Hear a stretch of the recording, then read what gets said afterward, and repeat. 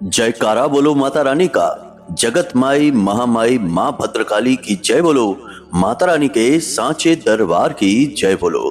तो वृषभ राशि वालों, स्वागत है आप सभी का शिवप्रिया भिंड यूट्यूब चैनल में।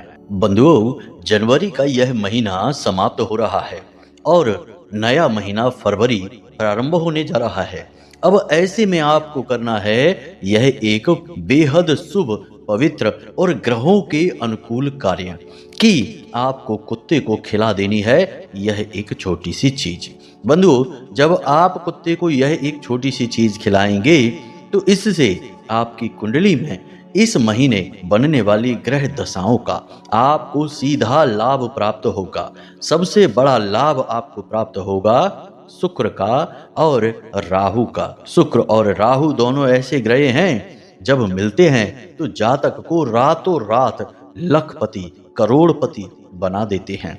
लेकिन यदि ये नकारात्मक हो जाएं तो जातक को कई तरह से कष्ट देते हैं, जैसे कि उसका धन दौलत सब छीन लेते हैं, उसके घर गृहस्थी में आग लगा देते हैं और जातक को नशेड़ी और यहाँ तक कि बहुत सारी गलत प्रवृत्तियों और आदतों में डाल देते हैं। तो ऐसे में सबसे अच्छा यह है कि आपको इन दोनों ग्रहों का शुभ परिणाम इस महीने प्राप्त हो। इसका कारण यह है कि इस महीने यानी पूरे फरवरी के महीने में आपकी कुंडली में राहु और शुक्र की युति बन रही है। यानी ये दोनों ग्रह ही एक साथ बैठे हुए हैं, ठीक शनिदेव के अगले भाव में। जी हाँ बंधुओं, यह बहुत ही खतरनाक योग है। यदि इस योग के नकारात्मक प्रभाव आप पर हुए तो समझिए कि आपके जीवन में अब तक आपने इतने कष्ट देखे नहीं होंगे जितने आपको इस फरवरी के महीने में ही मिल जाएंगे। लेकिन ठीक इसका उल्टा भी होगा। यदि आपने इन दोनों ग्रहों का आशीर्वाद किसी क्रिया के माध्यम से, अपने कर्मों के माध्यम से प्राप्त कर लिया तो आपके जीवन में वो सुख मिलेंगे जो अब तक आपको मिले नहीं होंगे, वो भी केवल इस फरवरी के महीने में। जी हाँ बंधु, याद रखना कि ज्योतिष में दो ही ऐसे महाशक्तिशाली ग्रह हैं जो किसी भी इंसान के जीवन की हर एक सुख और हर एक पवित्र घटना को नियंत्रित करते हैं। पहला है राहु और दूसरा है शुक्र। शुक्र है भोर का तारा, सबसे चमकदार ग्रह, और यह जीवन को हर तरह से सुंदर बनाता है। आपके भोग विलास को, सुख को, प्रेम को, आपके घर गृहस्थी की शांति को, धन दौलत को नियंत्रित करता है। और दूसरा है राहु। राहु तो है ही अचानक लाभ पहुंचाने वाला ग्रह या अचानक बर्बाद कर देने वाला ग्रह। जब हम कहते हैं रातों रात कोई घटना घटी तो यह मतलब होता है राहु का। यानी राहु ऐसा ग्रह है जो रातों रात कुछ भी अच्छा करवा सकता है और कुछ भी बुरे से बुरा करवा सकता है। तो हमारा कहने का मतलब यह है कि आपको राहु और शुक्र के सारे लाभ प्राप्त करने हैं तो इस एक चीज को, कुत्ते को चुपचाप खिला देना होगा और आप देखेंगे कि कैसे आपको इन ग्रहों के शुभ परिणाम एक एक करके मिलते चले जाएंगे। जिसको राहु मारे उसे फिर कोई न तारे और जिसको राहु तारे उसे फिर कोई न मारे। तो राहु के विषय में तो ज्योतिष में बहुत सारी बातें कही जाती हैं, और एक तरफ है केतु और दूसरी तरफ है राहु। तो जहां राहु के प्रभाव सकारात्मक हुए तो वहीं केतु के भी प्रभाव आपको अपने आप सकारात्मक मिलने शुरू हो जाएंगे। कहने का मतलब यह है कि आपको शारीरिक कष्ट यदि कोई है तो उससे मुक्ति प्राप्त हो जाएगी और आप आध्यात्मिक होने लगेंगे। धर्म के प्रति आपका रुझान बढ़ने लगेगा। साथ ही साथ शनि देव की भी कृपा आपको प्राप्त हो जाएगी। कारण इसका यह है कि राहु से शनिदेव की मित्रता मानी जाती है और जब राहु प्रसन्न हो जाते हैं तो शनिदेव भी अनुकूल फल देने लगते हैं। तो कहने का मतलब यह है कि इस एक चीज को, कुत्ते को खिलाते ही आपके लिए कई ग्रहों की अनुकूलता के मार्ग खुल जाते हैं। लेकिन बात इतनी सीधी भी नहीं है, यहाँ बहुत सारी बातें और भी निकल कर आती हैं। जैसे कि कुत्ते को पितृदेव का प्रतीक माना जाता है और कई दिव्य शक्तियां, देवी देवताओं का जुड़ाव भी कुत्ते के साथ होता है। अब जब आप अपने पितृ देवताओं का भी आशीर्वाद प्राप्त कर चुके होंगे, राहु, केतु, शनि और शुक्र का भी आशीर्वाद आपको प्राप्त हो चुका होगा, तो क्यों नहीं आपके जीवन में तरक्की होगी। जरा विचार करके देखिए। बाधाएं भी तो इसी प्रकार की ग्रहों की स्थितियों को नकारात्मक होने से जीवन में उत्पन्न होती हैं। तो जब आप इन ग्रह स्थितियों को अनुकूल बना लेंगे तो फिर आपके जीवन में सकारात्मकता क्यों नहीं आएगी। सोचने वाली बात है। तो बस कहने का मतलब यह है कि हर पल प्रतिपल ग्रहों की इस बदलती चाल का लाभ लेना आपको सीखना होगा। बिना इसके आप केवल मेहनत करके यदि कर्म की शक्ति से कामयाब होना चाहते हैं तो आप भ्रम में हैं। अभी आपने समझा ही नहीं कि यह संसार चलता कैसे है, वरना हर एक कर्म करने वाला, मेहनत करने वाला लखपति करोड़पति क्यों नहीं बन जाता। आप खुद विचार करके देखिए। कहने का मतलब यह है कि आपकी मेहनत के साथ ग्रहों की चाल का भी तालमेल बनना बहुत अनिवार्य है। यदि ग्रहों की चाल अनुकूल है और उसका लाभ आपको मिल रहा है तो आपकी मेहनत पूरी तरह से सफल हो जाएगी।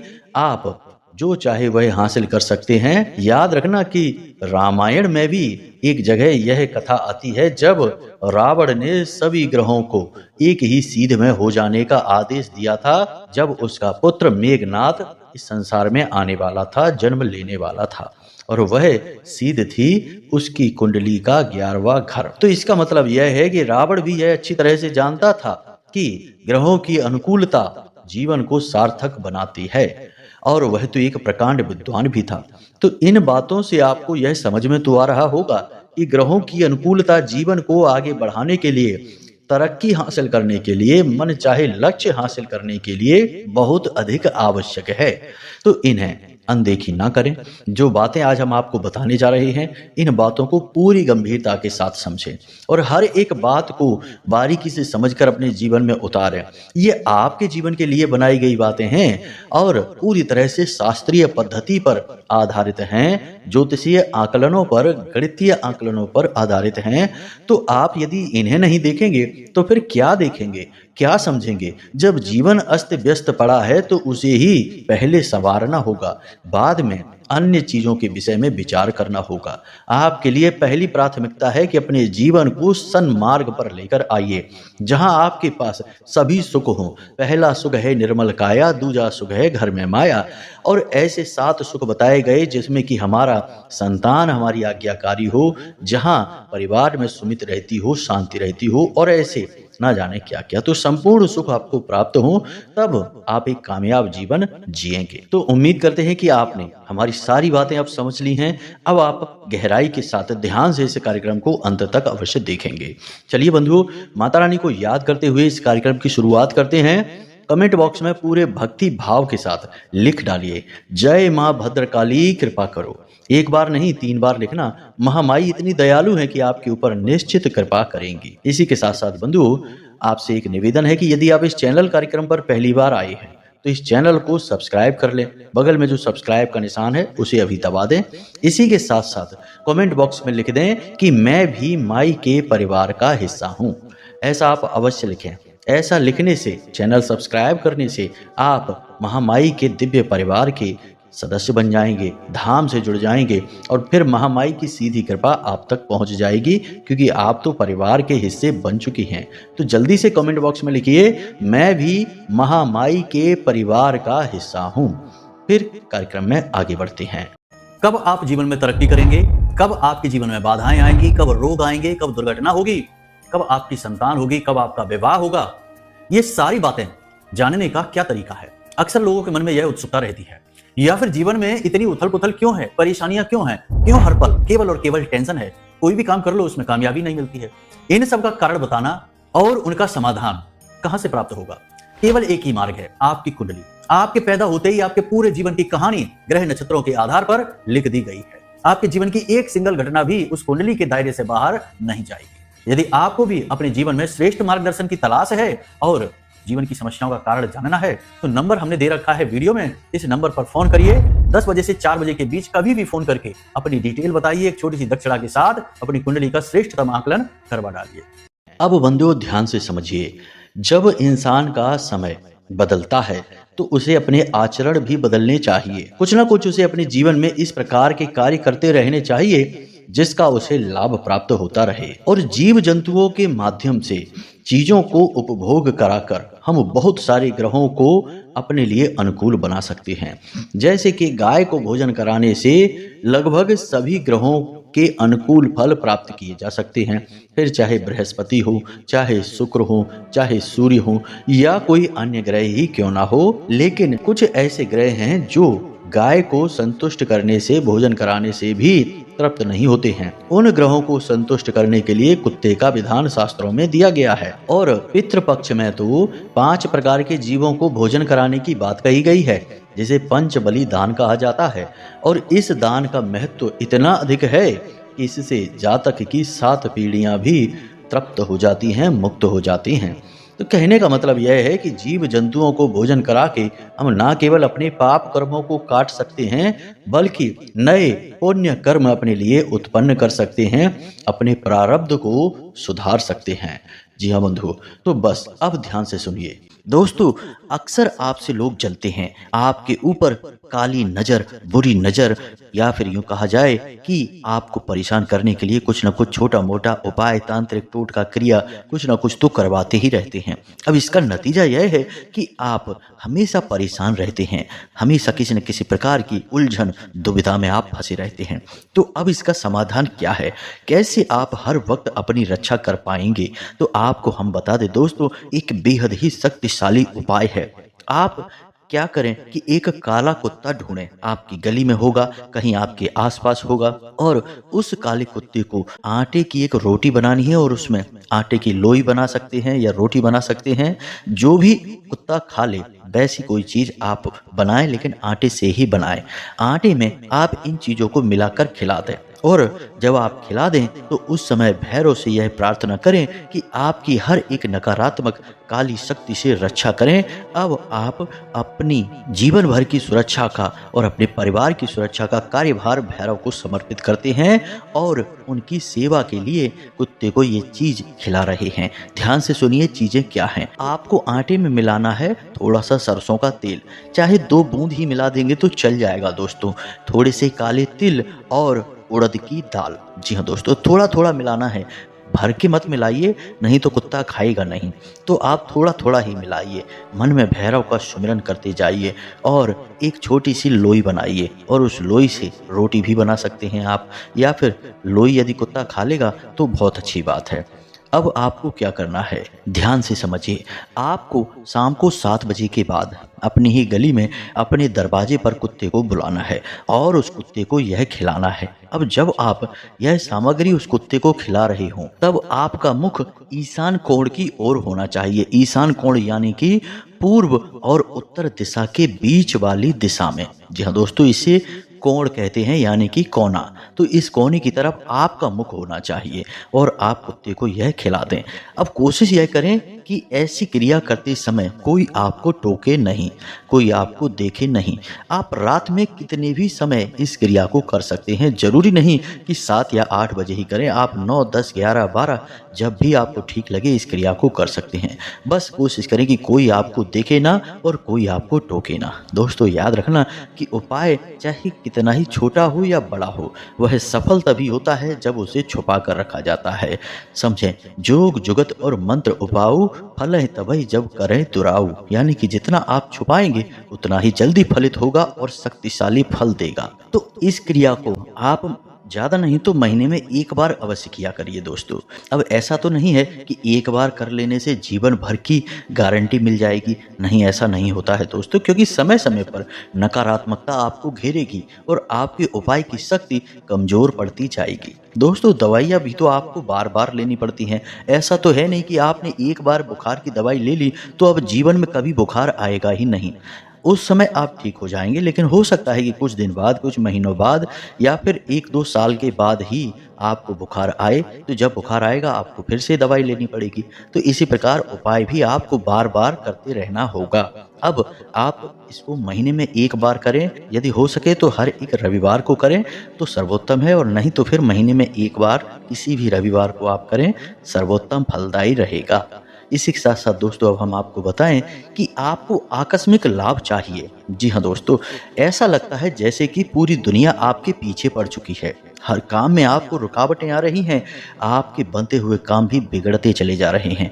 इसी के साथ साथ दोस्तों आपकी बात का भी कोई महत्व नहीं रह गया है। कोई भी आपको सम्मान नहीं देता, आपसे बात नहीं करना चाहता, और यदि आपसे कोई बात करता भी है तो बाद में आप समझते हैं, देखते हैं कि वह आपका मजाक उड़ा रहा है। ऐसी स्थिति बहुत खराब होती है, इससे दिल टूट जाता है। दोस्तों यह सब राहु की खराबी है। राहु आपकी मस्तिष्क में भ्रम उत्पन्न करता है। तो आपको क्या करना है कि राहु से विशिष्ट लाभ लेना है। जी हाँ दोस्तों, तो राहु से विशिष्ट लाभ लेने के लिए, यानी कि चमत्कारी लाभ कहें, कि रातों रात आपको तमाम बड़ी बड़ी कामयाबियां मिलेंगी, मनोकामना पूरी होने लगेगी। उस सफलता को हासिल करने के लिए आपको कुत्ते को खिलानी होगी यह एक चीज। तो अब ध्यान से सुनिए, हम आपको बताने जा रहे हैं जिन चीजों के बारे में, इन चीजों को आप ध्यान से समझिए। आटे की एक लोई लेनी है आपको, और उसमें थोड़ा सा सरसों का तेल डालना है, और इसी के साथ साथ उसमें काले तिल और काली मिर्च, यानी 3-4 काली मिर्च ही डाल दें, और उसकी एक रोटी बनवाएं और उसे कुत्ते को खिला दें।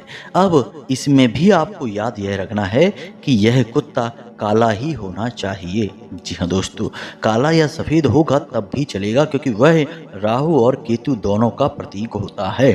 तो काला सफेद भी चलेगा या सिर्फ काला भी चल जाएगा। तो इसे भी आपको कुत्ते को रात्रि के समय ही खिलाना है। जी हाँ दोस्तों, और याद रखना कि जब आप कुत्ते को यह खिला रहे हों तब आपका मुख दक्षिण पश्चिम दिशा की ओर होना चाहिए, यानी कि इसे हम नैऋति कोण कहते हैं। जी हाँ दोस्तों, यानी दक्षिण और पश्चिम दिशा के बीच में जो एक कोना बनता है उस तरफ आपको अपना मुख रखना है, और कुत्ते को आप यह खिला दें। अगर हो सके तो एक छोटा सा काम और कर दें, इससे राहु देव बेहद प्रसन्न होंगे और आपको अद्भुत चमत्कारी लाभ पहुंचाएंगे। वह क्या है?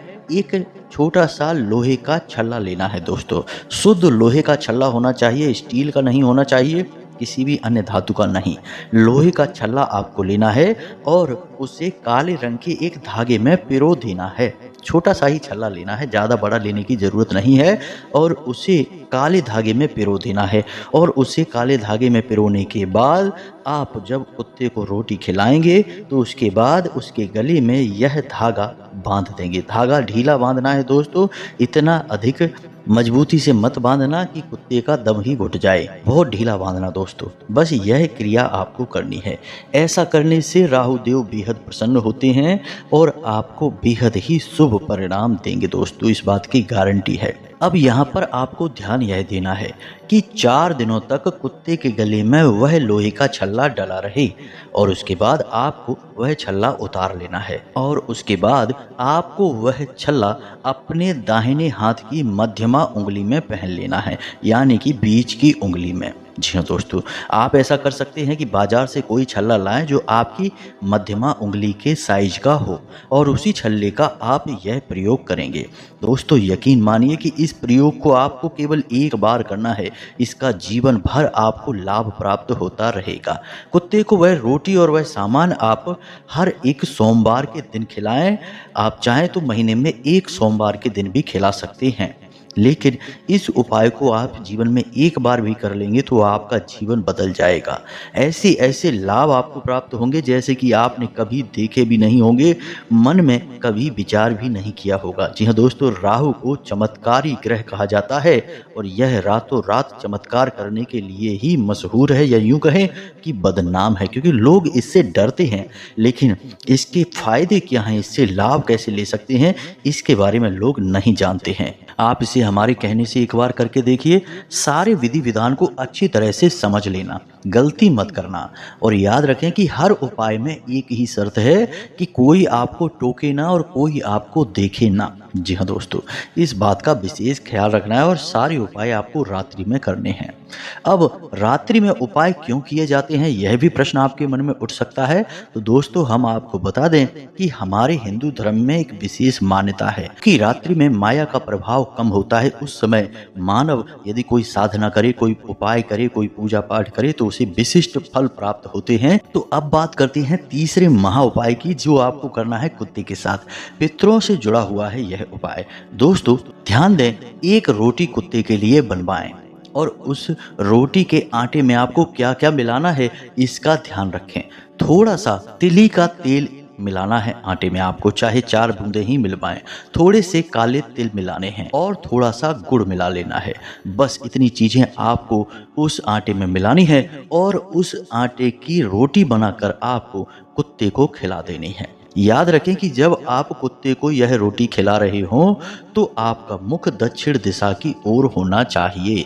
इसी के साथ साथ दोस्तों, आपके घर का कोई पुरुष सदस्य ही इस रोटी को कुत्ते को खिलाएगा। अब जब आप कुत्ते को यह रोटी खिला रहे हो उस समय आपको अपने मन में भाव यह रखना है कि आप अपने पितरों को भोजन अर्पित करा रहे हैं या फिर आप पितरों की तृप्ति के लिए कुछ बड़ा उपाय कर रहे हैं। पितरों को समर्पित करें। कुल मिलाकर कहना यह है कि आप अपने पितरों के बारे में विचार करें, क्योंकि पहले देवता पितृ देवता होते हैं। तो यदि आप अपने पितृ देवता को प्रसन्न करके रखते हैं तो अन्य सभी देवी देवताओं की ऊर्जाएं आपका साथ देंगी, आपकी भक्ति सफल होगी। अन्यथा आप कितना ही हनुमान चालीसा पढ़ें, कितना ही भोले बाबा को जल अर्पित करें, आपका उद्धार नहीं हो सकता है। आपने कई लोग ऐसे देखे सुने होंगे जो लगातार मंदिरों में जाते रहते हैं, जल अर्पित करते रहते हैं, चालीसा पढ़ते रहते हैं, माला फेरते रहते हैं, तब भी उनके जीवन में लगातार कष्ट और परेशानियों की झड़ी लगी रहती है। वे हमेशा यही कहते पाए जाते हैं कि हमने तो जीवन भर पूजा पाठ किया, फिर भी पता नहीं क्यों हमारे जीवन से कष्ट दूर ही नहीं हुआ। दोस्तों, हम आपको बता दें कि उनकी समस्या की जड़ क्या है। उनकी समस्या की जड़ उनके पितृ देवता हैं। उनसे कहीं ना कहीं पितृ देवता नाराज हैं, असंतुष्ट हैं। दोस्तों, याद रखना कि जिस इंसान के पितृ उससे नाराज हैं, असंतुष्ट हैं, अतृप्त हैं, उस इंसान की किसी भी पूजा पाठ का कोई फल उसे प्राप्त नहीं होता है। ये यूं कहें कि यह एक बहुत बड़ी बाधा है उसके जीवन की, जिसे उसे पार करना ही होगा। यदि यह बाधा बनी रहेगी तो उस इंसान का ना तो कभी भला हो सकता है, ना ही उसे कोई सुख प्राप्त हो सकता है। भगवान की भक्ति तक उसे प्राप्त नहीं हो सकती है। तो यह एक बहुत महत्वपूर्ण बात है। अब दोस्तों, हम आपको बता दें कि आज के इस भागदौड़ भरे जीवन में लोगों ने तमाम सुख सुविधाएं तो जुटा ली हैं, लेकिन अपने मन का चैन वो जुटाने में असफल हैं। आप देखेंगे कि लोग बड़ी बड़ी गाड़ियों में घूम रहे हैं, बड़े बड़े महंगे महंगे घरों में रह रहे हैं, महंगे महंगे मुलायम बिस्तरों पर लेटे हैं, लेकिन नींद गायब है, चैन नहीं है। आपस में घर में क्लेश मचा हुआ है, चैन की रोटी खा पाना संभव नहीं है। ऐसा क्यों है? जब सब कुछ पैसों से, सुख सुविधाओं से हो जाता है, मन शांत हो जाता है, तो इनका मन दुखी क्यों है? क्योंकि दोस्तों, सब कुछ पैसों से होता अवश्य है, सुकून मिलता है, शांति मिलती है, जरूरतें पूरी होती हैं, लेकिन आपका मन, आपकी आत्मा अच्छी तरह से जानती है कि यह सब तो क्षण भंगुर है। तो जब तक आप कोई ऐसा कार्य नहीं करेंगे जो कि आपकी आत्मा को बल प्रदान करेगा, तब तक आपको शांति और सुकून इस संसार में प्राप्त नहीं हो सकता। चाहे आपको कुबेर का खजाना ही क्यों ना मिल जाए, चाहे स्वयं माता लक्ष्मी आपके घर में विराजमान क्यों ना हो जाए, तब भी आपको चैन नहीं मिलेगा, सुकून नहीं मिलेगा। तो आत्मा को तृप्त आप कैसे करेंगे? आत्मा को तृप्त करने के लिए आपको एक नियमावली है, उसको पूरा करना पड़ेगा। और नियमावली का पहला कार्य है पितरों को तृप्त करना। अब साल में एक बार श्राद्ध कर लिया तो आप सोचते हैं कि आपके पितृ तृप्त हो गए, तो क्या आप भी साल में एक बार ही भोजन करते हैं? नहीं दोस्तों, आप रोज भोजन करते हैं। तो पितरों को भी तो रोज समर्पण चाहिए, भोजन चाहिए, तृप्ति चाहिए, पानी चाहिए। तो आप उन्हें रोज करें। यानी कि जब भी आप खाना खाने बैठें तो अपने पहला कौर, पहला निवाला अपने पितरों को समर्पित करें। बस बोल दें कि हमारे पितृ पूर्वज जहाँ भी हैं, यह भोजन हम उनको समर्पित करते हैं, और उसके बाद आप खाना खाएं। बस इतना बोल देने से ही भोजन की ऊर्जा पितरों को ग्रहण हो जाती है। इसी के साथ साथ दोस्तों, याद रखें कि घर में जो महिलाएं हैं रोटी बनाती हैं, तो पहली रोटी हमेशा गाय के लिए निकालें और आखिरी रोटी हमेशा कुत्ते के लिए निकालें, क्योंकि दोनों ही पितरों के लिए हैं। गाय भी पितरों का सूचक है, कुत्ते भी पितरों का सूचक हैं, और इसीलिए यह नियम बना है। दूसरा कि माड़ा हुआ आटा कभी भी फ्रिज में ना रखें, अपनी रसोई घर में ना रखें। रसोई घर में तो भूल कर भी ना रखें। कोई भी बासी चीज, कोई भी अपशगुनी चीज अपने घर के रसोई घर में ना रखें। बस इन छोटी छोटी बातों का का ख्याल रखें दोस्तों, आपका जीवन खुशियों से भर जाएगा, हम इस बात की गारंटी देते हैं। अब जो उपाय हमने बताए हैं उन उपायों को एक बार करके अवश्य देखें दोस्तों, आपको निश्चित ही बदलाव महसूस होंगे, हम इस बात की गारंटी देते हैं। जब हजारों लोगों को इस उपाय से बदलाव महसूस हुए हैं, लाभ प्राप्त हुए हैं, तो आपको क्यों नहीं होंगे दोस्तों। उम्मीद है कि जो बातें हमने आपको बताई हैं वे सारी बातें आपको समझ में आ गई हैं। तो चलिए बंधुओं, कार्यक्रम को यहीं पर विराम देते हैं। महामाई को याद करते हैं तो प्रेम से बोलिए जय माई की, जय मां भद्रकाली। महामाई आपका कल्याण करेंगी। धन्यवाद।